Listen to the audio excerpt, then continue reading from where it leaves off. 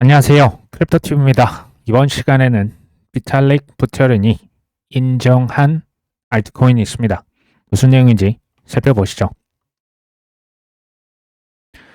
일본은행의 부총재가 이런 얘기했습니다. 스테이블 코인은 글로벌 결제 시스템에서 핵심 역할을 맡을 수 있으며 은행 예금 역할을 부분적으로 대체할 수 있다. 계속 얘기 드린 바와 같이 중앙은행은 기본적으로 스테이블 코인을 굉장히 싫어합니다. 그러니까 화폐 발행을 본인이 하지 않은 민간에서 발행한 화폐가 돌아다닙니다. 그러면 통제력 상실 우려가 당연히 있거든요. 근데 왜 이런 얘기를 했을까요? 스테이블 코인이 글로벌 결제의 핵심이다. 은행 예금 부분을 대체할 수 있다. 이거는 굉장히 치명적인 얘기거든요. 은행들로 돈이 안 갈 수 있다 지금 얘기를 하는 겁니다. 일본 은행이 돈을 찍고 시중 은행을 통해서 통화량을 이렇게 컨트롤하는 게 이 지금 통제의 핵심이거든요. 저는 개인적으로는 이 일본 은행의 부총재께서 이거 어차피 못 막는다라는 것을 알고 있을 가능성이 있고요. 두 번째는 미국의 입김, 쉽게 말하면 미국에서 그렇게 스테이블 코인 이미 지금 법이 통과돼 버렸죠. 여기 그냥 따라가는 지금 수를 그대로 가고 있다. 그러니까 1번 혹은 2번 혹은 둘 다일 수도 있겠다라는 생각을 해봅니다. 우리나라의 한국은행 총재도 계속 스테이블 코인 관련 부정적인 발언을 계속하고 있습니다. 뭐 관리를 감독해야 된다. 뭐 이게 이제 화폐 주권이 상실이 될 수 있다. 뭐 여러 가지 얘기인데 가만 보면 부정적인 발언이 많거든요. 계속 이럴까요? 우리나라도 이찬진 이제 금감 원장님이 이렇게 지금 나와서 국정감사를 했나 봅니다. 디지털 자산 감독 체계도 레거시, 그러니까 기존 전통 금융에 필적할 정도로 감독을 철저히 하겠습니다. 뭐 이런 얘기죠. 보시면 가상자산 2단계 입법에 반영을 하겠다. 지금 우리나라 얘기입니다. 미국 SEC와 논의 등 국제 공조도 추진하고 있다. 우리나라 지금 원화 스테이블 코인 등 코인 관련 법들이 입법이 되고 있습니다. 한국에서도요. 두 번째, 이건 이제 제 예측이 되겠죠. 미국과 일본 거의 판박이 형태로 우리나라도 따라갈 것으로 예측을 합니다. 이 기사를 보시면 국제 공조 체계와 관련해서 미국의 SEC 위원장 우리 만났어. 논의를 했어. 그러면서 무슨 얘기를 했냐? 주요국 선행 경험을 전수를 받았다. 그래서 실패하지 않도록 최대한 그것을 필터링하려고 노력하고 있고 제도화 과정에서 많은 노하우가 있더라. 그거 보고 잘 반영하겠다. 한국과 일본은요. 이제 어떤 분야의 선구자적인 것보다는 좀 그 프론티어보다는 이제 어떤 롤 모델이 딱 제시가 되면 그걸 보고 잽싸게 따라가는 그런 걸 또 잘 합니다. 그러니까 이제 프론티어보다는 뭐가 주어졌을 때 이제 패스트 무버, 그러니까 이제 따라가는 그런 경향이 있어요. 이 제도에 있어서도 저는 비슷하다고 봐요. 뭐 AI도 그렇고 지금 크립토도 미국을 따라가는 모양새입니다. 한국, 일본이 이 코인 규제 관련해서 미국의 기준을 따라간다면 다른 나라들은 혹시 어떻게 될까요? 저는 중국, 인도, 유럽, 동남아시아, 아프리카, 중동 할 것 없이 실은 아랍에미리트는 지금 전 세계 그 어디보다 가장 코인 규제가 빠르고요. 잘하는 나라가 아랍에미리트, 그 두바이 있는 국가 아시죠? 아부다비, 두바이.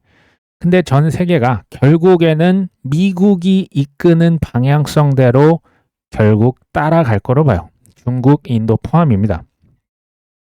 왜 미국에서 기준을 세우면 전 세계가 따라갈 것이냐? 전 굉장히 좀 간단하게 얘기를 최대한 들어보려고 합니다. 세계 1차, 2차 대전 이후에 패권이 영국에서 미국으로 이동을 했습니다. 이제 그 대영 제국이 조금 몰락을 했고 이제 무게중심 이동을 했죠. 그래서 지난 거의 100년간 달러가 기축통화가 됐습니다. 그 달러 패권이 이어졌죠. 근데 문제가 생겼습니다. 미국의 국가 부채가 너무 많고 근본이 제도 아니지 않습니까? 자기 마음대로 찍는데 그 신뢰가 많이 파손이 됐어요. 미국의 국가 부채가 너무 많으니 사람들이 이제 퀘스천 마크를 달기 시작했죠. 미국 저거 쟤네들 좀 믿어도 되는 거야? 달러 이거 괜찮은 거야? 그러면서 지속 불가능한 지경까지 국가 부채가 늘어난 거예요. 미국 얘기입니다.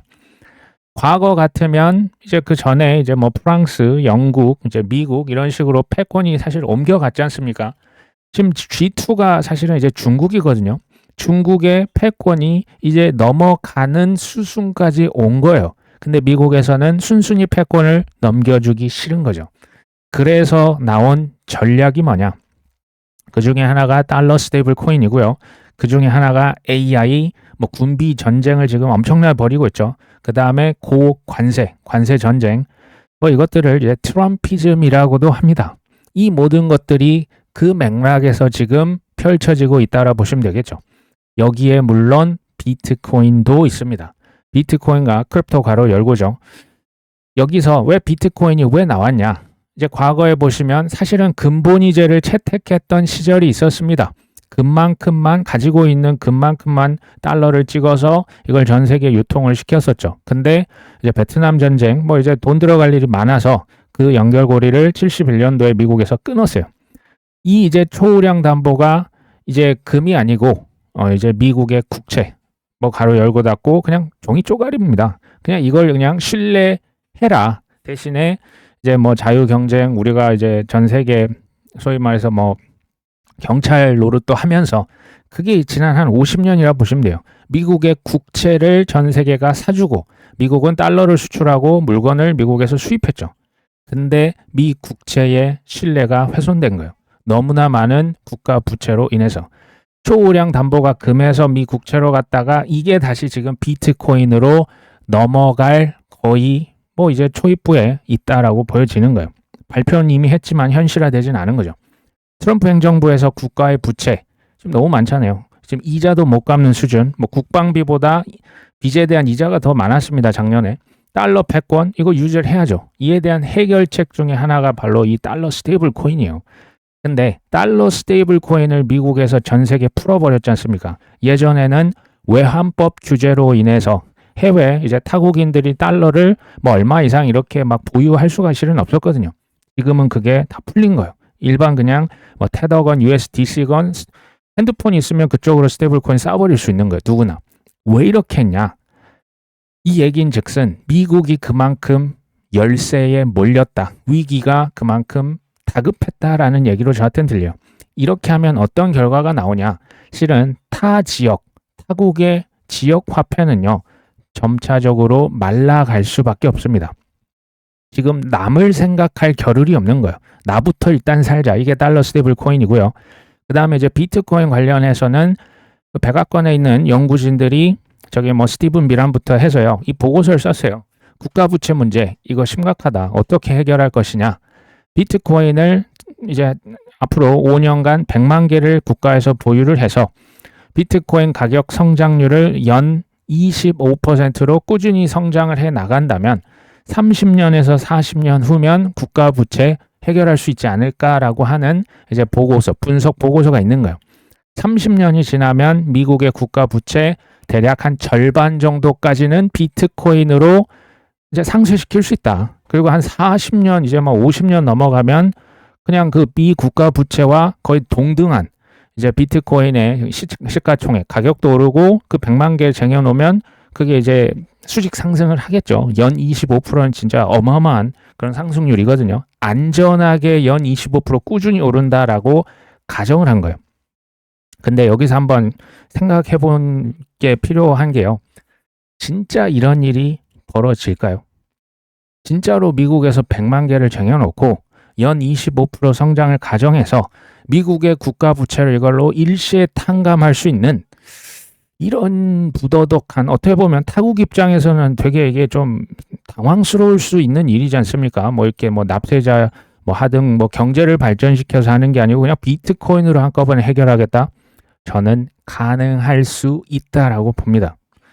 트럼프의 정책을 그냥 간단하게 고관세, 저금리, 저유가, 약달러 요렇게 보시면 되겠죠. 저유가는 맞는데요. 계란값이 지금 많이 올랐다고 이제 좀 사람들이 뭐 이렇게 놀리는 그 트윗을 많이 봤지만 어쨌든 저 4개입니다. 근데 혹시 트럼프 대통령 지금 2기지 않습니까? 1기에 비해서도 지금 이렇게까지 극단적인 고관세 정책, 그 다음에 저금리 압박 이제 뭐 연준 위원을 막 이제 기소를 하고요. 뭐 너 옷 벗을래? 뭐 이제 감옥 갈래? 지금 뭐 이 정도까지 압박을 했지 않습니까? 연준 의장 포함해서. 그 다음에 코인 엠파이어 제국을 건설했어요. 그 지인들과 본인의 이제 아들들 2명 있죠. 이렇게까지 극단적인 정책이 나올 걸로 예상하신 분 혹시 계십니까? 거의 없으셨다라고 봅니다. 1기 대비했을 때도 2기는 훨씬 매운맛입니다. 생각지도 못했죠. 근데 트럼프 단독으로 이 모든 일들이 벌어진다라고 생각을 하시면 조금 오류가 있을 수 있어요. 트럼프 뒤에 뭐 블랙락도 있고요. 피터 틸 사단이라고 하는 킹메이커들이 버젓이 존재합니다.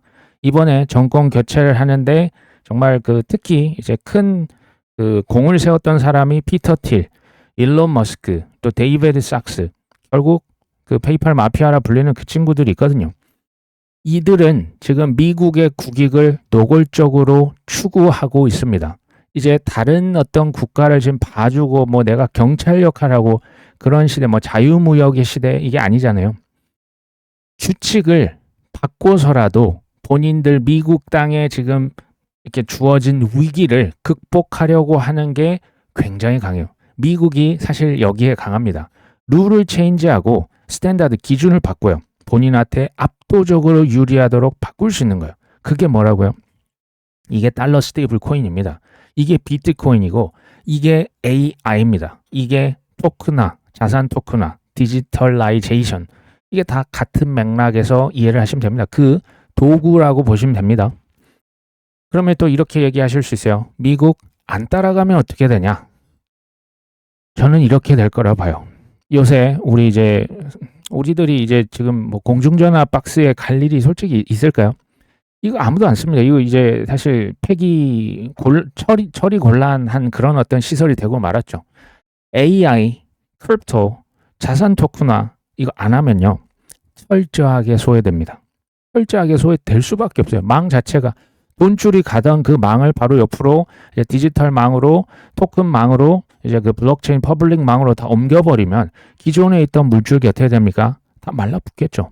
좀 그렇게 된다고 봐요. 이게 지금 제가 얘기 드리는 향후 방향성이죠. 방향성이 맞다면 폭락 우리가 예상을 할 수가 있습니까? 폭락을 설사 맞더라도 미리 가서 끈적지게 앉아 있는 게 저는 낫다. 우리가 뭐 이제 폭락이 올지 폭등이 올지 이 정확히 맞출 사람은 없으니까. 방향성이란 건 뭐냐? 실물 경제에서 이제 디지털 경제로 가는 거예요. 기존의 부동산, 금, 국채 이런 자산보다는 디지털 경제, 디지털 화폐, 코인, 토큰화 자산이 기존에 없어지는 게 아니고 그냥 뭐 종이 자산에서 종이 돈에서 이게 다 지금 토큰화 블록체인망 위에다 다 얹혀지는 거예요. AI 이게 실은 메타버스까지도 이어집니다. 이게 뭐 DID 디지털 신분 있죠. 그것을 통해서 뭐 AI 에이전트의 시대 이게 결국 다 이 디지털 쪽으로 옮겨가는 이게 실은 방향성으로 보입니다. 억만장자였죠. 잭 도시. 트위터 만든 사람이요. 이 사람은 비트코인 맥시멀리스트입니다. 이 사람이 뭐라고 했냐? 비트코인 is not crypto. 비트코인은요. 크립토가 아니래요. 비트코인은 독특하대요. 디지털 자산과 분리해서 별도로 떼야 된다. 이거 가지고 또 이제 그 온라인 상에서 논란이 일어나고 있습니다. 잭 도시, 네가 그 사토시 나카모토 아니냐? 지금까지 이 크립토라는 말은 실은 그 비트코인 백서에 없었거든요. 어쨌든 보 하인스 혹시 기억하십니까? 백악관의 디지털 자산 총 책임자였죠. 지금은 이제 그 사임하고 저기 테더라고 하는 스테이블 코인 회사에 지금 재취업했습니다. 이 사람이 뭐라고 했냐? Never sell your Bitcoin. 비트코인 절대 팔지 마세요. 트럼프 정부 초창기의 디지털 자산 거기 사무국장이었거든요. 이 사람이 왜 이런 얘기를 할까? 마이클 세일러 뭐 너무 유명하죠. Never sell your Bitcoin. 마찬가지입니다. 비트코인 왜 파냐? 절대 팔지 말아라. 그리고 이분도 있죠. Never sell your Bitcoin은 실은 트럼프 대통령이 작년도 이제 비트코인 컨퍼런스 이제 그 대통령 후보였을 때부터 했던 말입니다. 이게 저는 조금 찌릿찌릿하게 다가온다. 피델리티 여기는 이제 사실 끝판왕이에요. 이게 21년도 8월 달 기사인데요. 비트코인이 10년 이내에 100만 달러. 10년 이내 이게 지금 21년이니까 한 2030년 정도 얘기하는 것 같습니다. 그리고 더 웃긴 거는 2030년 100만 달러인데 2035년이면 뭐 1000만 달러라고 해도 1000만 달러면 지금 뭐 140억이 되거든요. 근데 2030년에서 2035년 이 5년 사이에 이게 100만 달러에서 1000만 달러가 아니고 1억 달러?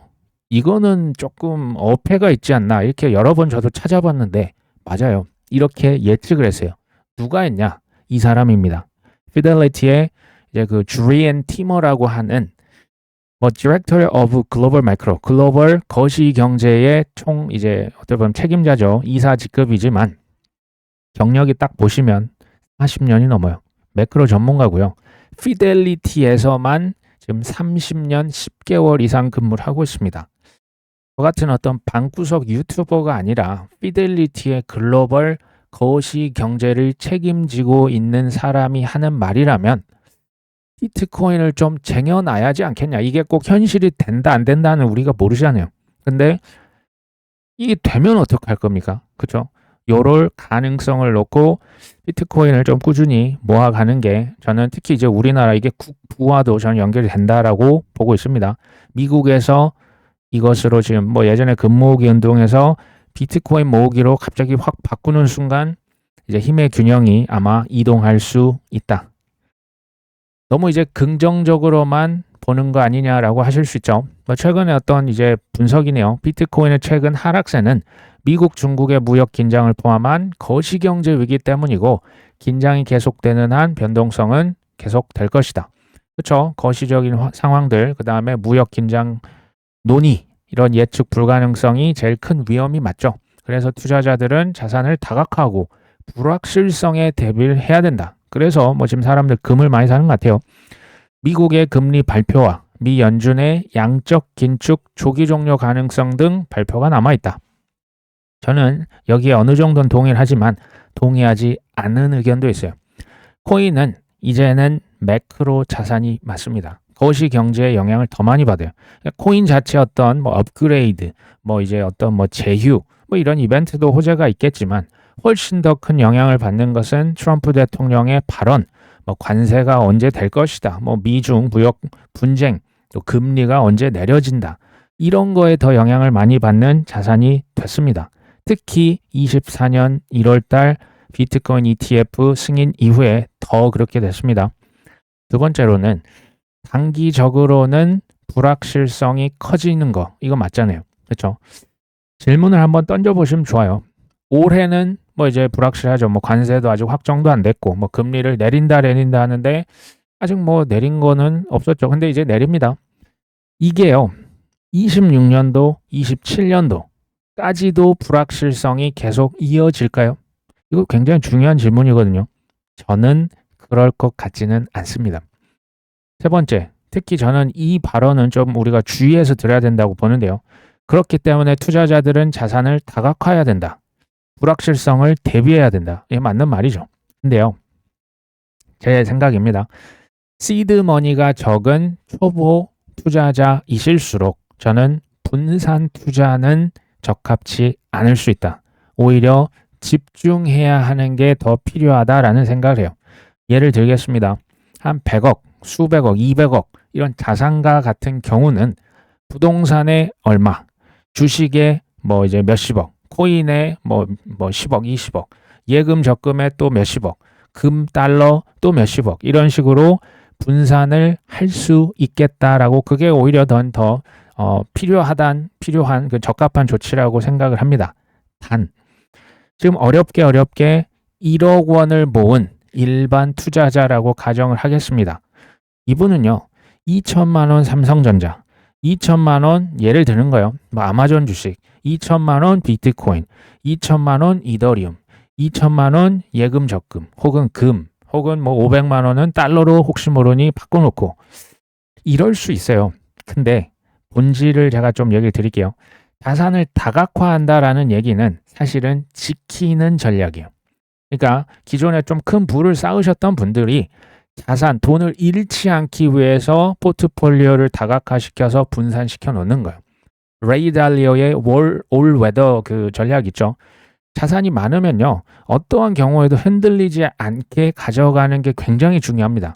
반면에 일반 투자자, 아직 시드머니가 좀 적다, 이런 분들은 소수 종목에 집중 투자하는 게 전 필요하다고 봐요. 왜? 이건요, 키우는 투자예요.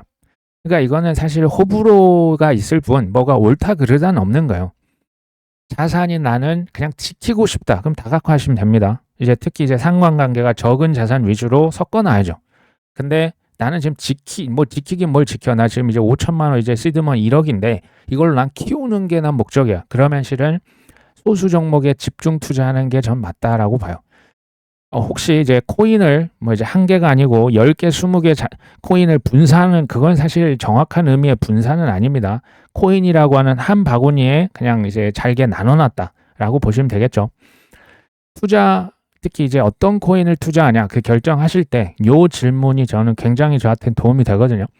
내가 이 코인, 특히 이제 알트코인 같은 경우에 이 땡땡 코인에 내 전 재산을 걸 수 있을까? 한번 질문을 해보세요.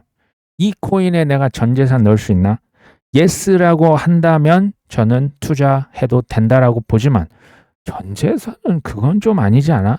그러면 투자를 다시 한번 생각해 보셔야 된다라고 봐요. 그런 코인도 투자하는 게 아니고요.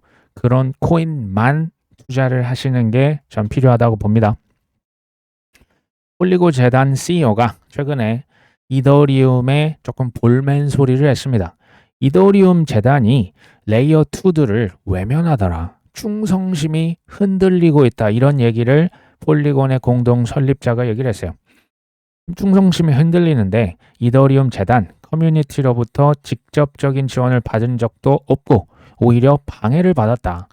폴리곤이 레이어 2가 아니고 이제 독자적인 레이어 1을 선언하고 그쪽으로 갔다면 지금 가격 대비 2배에서 5배는 더 가치가 높았을 것 같다. 이더리움 커뮤니티는 폴리곤을 레이어 2로 인정도 안 하고 이더리움 생태계로 간주하지도 않더라.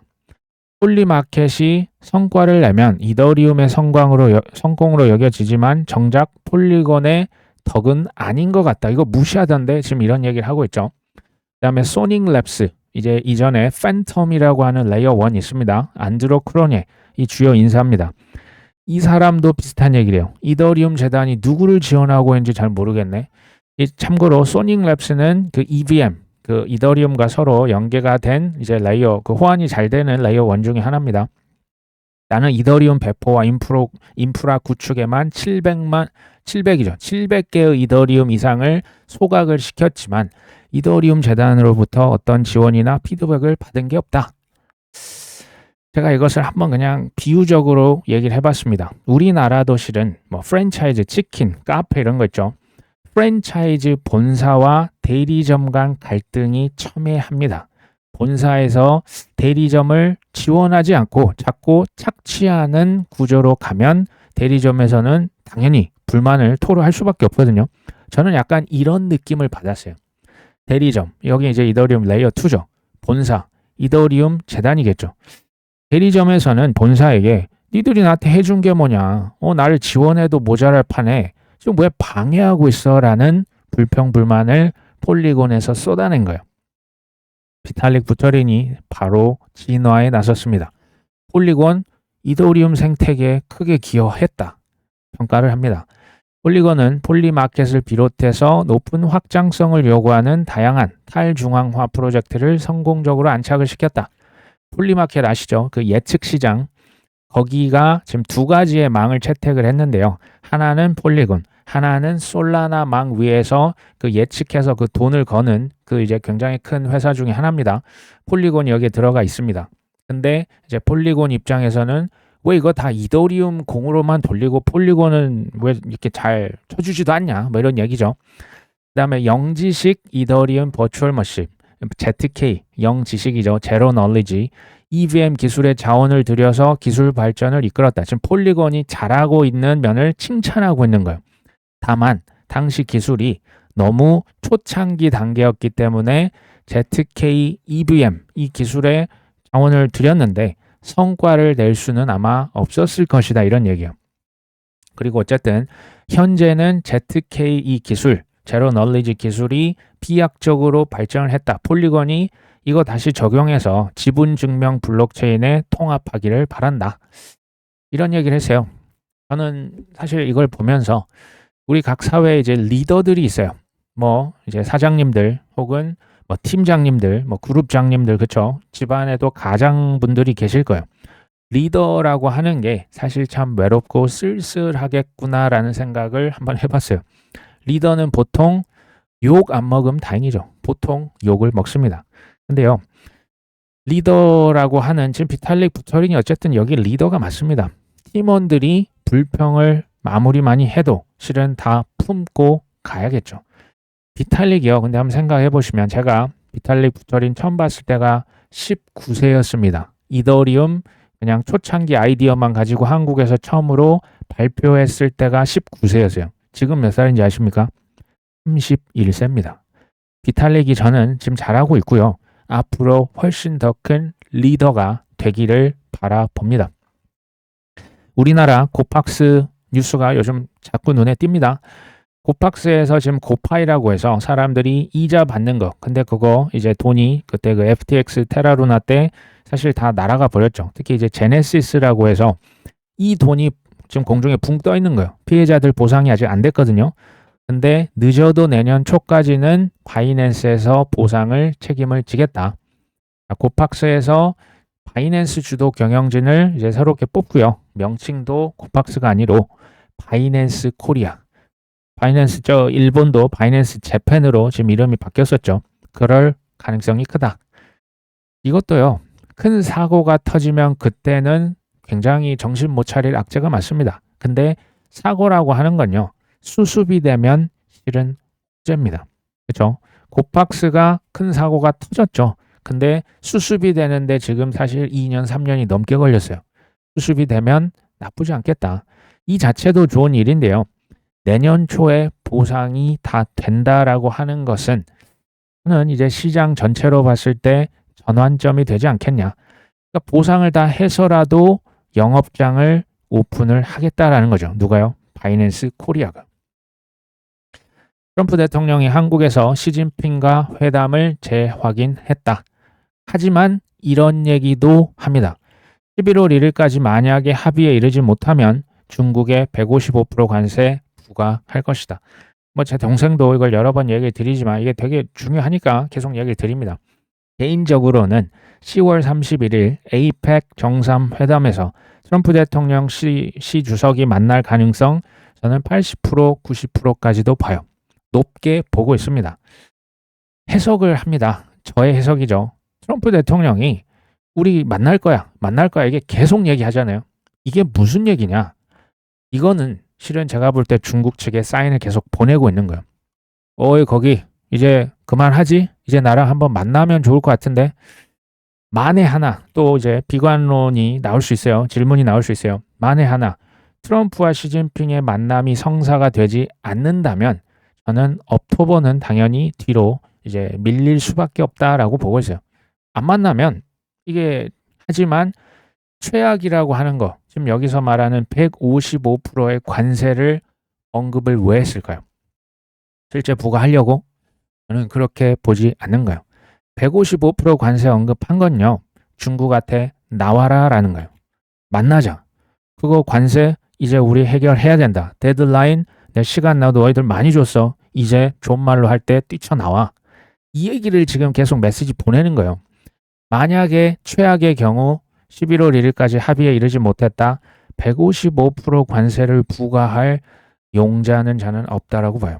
그거 하는 순간 중국도 타격을 입지만 미국도 엄청난 타격을 입습니다. 저는 이 관세가 만약 합의가 안 되면 에이펙 회담에서 둘이 안 만나면 관세는 또 유예될 것으로 예상을 하고 있습니다.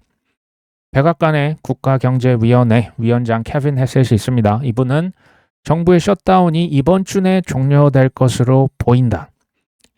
이분은 뭐 미래를 알까요?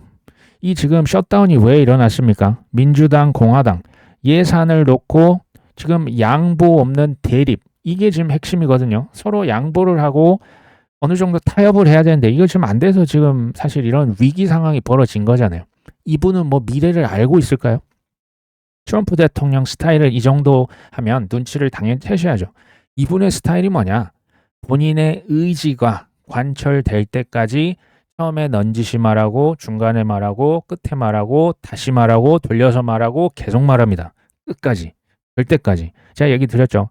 금리 낮아질 때까지 연준 압박할 거예요. 본인이 의지가 관철될 때까지 무한 반복하는 스타일이에요. 무슨 얘기일까요? 셧다운 적당히 끝내라 라는 얘기예요. 이제 그만해. 이제 정상 복귀하자. 민주당, 공화당 이만하면 됐다라는 메시지를 계속 보내고 있는 걸로 보입니다. 이 얘기를 뭐 여러 번 드렸었죠. 지금 사람들이 여기에 지금 준비가 좀 안 돼 있는 것 같은데 라는 얘기인데요. 잘 보시면 이제 파란색이 글로벌 유동성이에요. 유동성 지금 아예 그냥 일직선으로 뻗었죠. 근데 이 유동성보다 더 빠르게 올라가는 자산 노란색이 뭡니까? 이게 지금 금입니다. 이렇게까지 금이 상승했던 것은 지난 20년, 30년 봤을 때 없었거든요. 근데 반대로 지난 한 10몇 년 이상 재미없었기 때문에요. 이 정도의 상승이 나올 수 있다라고 봐요. 반면에 지금 가장 밑에 있는 비트코인 어떻습니까? 굉장히 초라하게 느껴집니다. 그렇죠? 끝까지 본인 믿음, 그렇다고 뭐 지금 비트코인 사세요, 땡땡코인 사세요가 아니고요. 본인이 생각하는 그 믿음과 확신 그대로 끝까지 밀어붙이셔야 한다라는 얘기를 드려봅니다. 무역전쟁 직격탄, 중국 5% 성장 목표가 흔들흔들하고 있다. 3분기 중국의 GDP가 실은 발표가 됐는데요. 보시면 중국의 목표가요. 5%입니다. 올해. 근데 4.8%로 떨어졌어요. 부동산 침체, 뭐 어제 오늘의 일이 아니고요. 내수 시장이 살아나질 않아요. 지금 중국에서는 인플레가 아니고 디플레이션이 정말 심각한 문제거든요. 큰 폭으로 둔화를 하고 있고 중국은 미국을 겨냥해서 일부 국가 관세 탓이다. 뭐 미국 탓인 거죠. IMF 내년에 중국 경제는 더 어려워질 것이다. 타중전의 기술 투자 확대. 이게요. 중국이 지금 많이 힘들어요. 지금 경제 성장률 추이를 나타내는데요. 6% 찍었던 적도 있고 그래도 5% 위에서 놀다가 가끔씩 5% 밑으로 떨어지죠. 5%가 올해 목표입니다. 근데 3분기가 4.8%요. 여기서 중국이 어떻게 할 것 같으십니까? 우리가 미국에서 실업률이 높다. 뭐 관세로 인한 불확실성이다. 이게 실은 안 좋은 건데요. 이걸 왜 시장에서 호재로 해석합니까? 미국에서 금리 인하하겠네 이렇게 보는 거죠. 마찬가지입니다. 올 3분기에 중국의 경제 성장률이 5% 그러니까 돈을 지금 많이 이제 풀고 있음에도 불구하고 이걸 지금 못 채웠다는 얘기는 제가 볼 때 호재라고 보여지는 거예요. 시진핑 이제 주석 입장에서 한번 생각해 보시면 트럼프 대통령이 155% 관세 안 할 거라는 걸 설사 알아도요. 이 으름장 자체가 굉장히 어떻게 보면 협박이잖아요. 너 나와 저 경주에서 나랑 같이 보자라고 하는 자체가 이게 굉장히 그 가시방석인 거예요. 왜? 중국은 지금 가만히 있어도 디플레이션, 경기 침체, 뭐 젊은 친구들의 그 실업률이요. 어마어마하게 심각합니다. 근데 여기에 지금 155% 관세 듣는 순간 머리가 띵한 거예요. 그렇겠죠? 미 연준에서 오는 10월달 그리고 12월달 둘 다 금리 인하할 확률이 지금 몇 프로인지 아십니까? 99%에 육박합니다. 정확히는 98.9%입니다. 된다는 얘기죠. 중국 역시도 이제 지금 5% 그 경제 성장률을 달성을 하려면 지금 한번 중국에서 그 금리를 동결시켰거든요. 한 번 더 이제 제가 볼 땐 4분기에 금리 인하 추가로 나설 수밖에 없다라고 봐요. 돈 더 풀어야 됩니다. 그래야 5%뭐 지금 이걸 턱걸이를 하든 할 거 아니겠습니까? 트럼프 시진핑 티키타카 하겠죠. 에이펙 이제 뭐 이번 주에 계속 하다가 어느 순간 저는 뭐 어느 정도 타협점을 찾지 않을까라고 보고 있습니다. 정확한 미래는 모르지만 최근에 최악의 청산이 있었고 이건 역시도 단기적인 악재가 맞습니다. 근데요. 요 청산이라고 하는 게 선물을 만약 안 하시고 그냥 현물하시고 그냥 떨어질 때 그냥 꾸준히 주우셨다면 이건요. 결국에 극복을 하면 위기가 기회로 바뀌게 됩니다. 지금 방송을 하고 있는 저 역시도 이제는 여윳돈 없어요. 저도 이제 뭐 팔 거 다 팔았고 살 거 다 샀습니다. 굉장히 지루하고 재미없습니다. 지금은 전 세계 코인 투자자 모두 다 전 비슷하다라고 봐요. 그거 이제 트위터만 가보셔도 알 수 있지 않습니까? 조금만 기다려 보시죠. 미국과 중국, 관세 전쟁, 유동성, 명확성, 뭐 지금 지연이 되고 있는 뭐 알트코인 지수 ETF 모든 게 여전히 남아 있습니다. 오늘 방송 여기까지 합니다. 끝까지 시청해 주셔서 감사합니다.